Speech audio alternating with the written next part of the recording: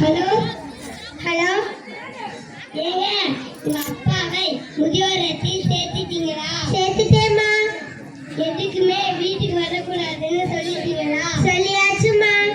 அப்புறம் தீபாவளிக்கு வரேன், பொங்கலுக்கு வரேன், பேரன் பேத்தியெல்லாம் பார்க்க ஆசையா இருக்குன்னு அவர் பாட்டுக்கு வந்துட்டு இருக்க போறாங்க.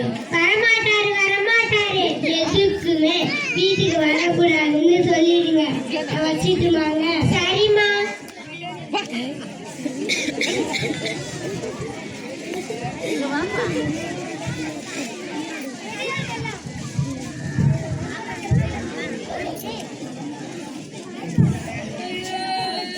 என்ன அப்பா முதியோர் இல்லம் வைத்திருப்பவர்கிட்ட பேசிக்கிட்டு இருக்கிறாரே.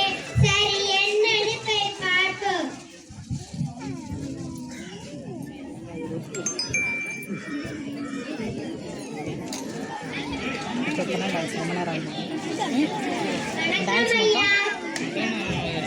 அப்பாவை உங்களுக்கு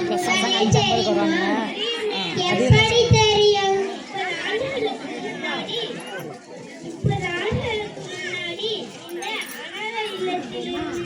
ஒரு பையனை தத்தெடுத்துட்டு போனாரு. ஐயோ, என்னது?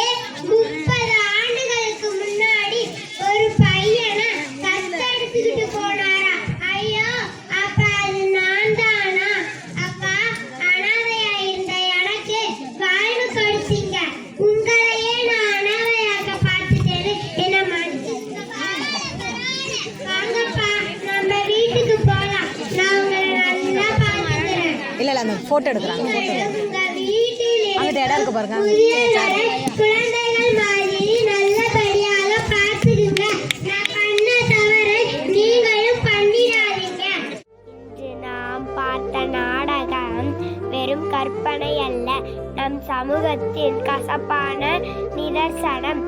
இன்று நாம் எதை விதைக்கிறோமோ அதை தான் நாளை அறுவடை செய்வோம். நம் குழந்தைகள் நம்மை பார்த்து கொண்டிருக்கிறார்கள். இன்று நம் பெற்றோர்களுக்கு செய்யும் அதே செயல்தான் நாளை நம் பிள்ளைகளால் நமக்கு செய்யப்படும். நன்றி.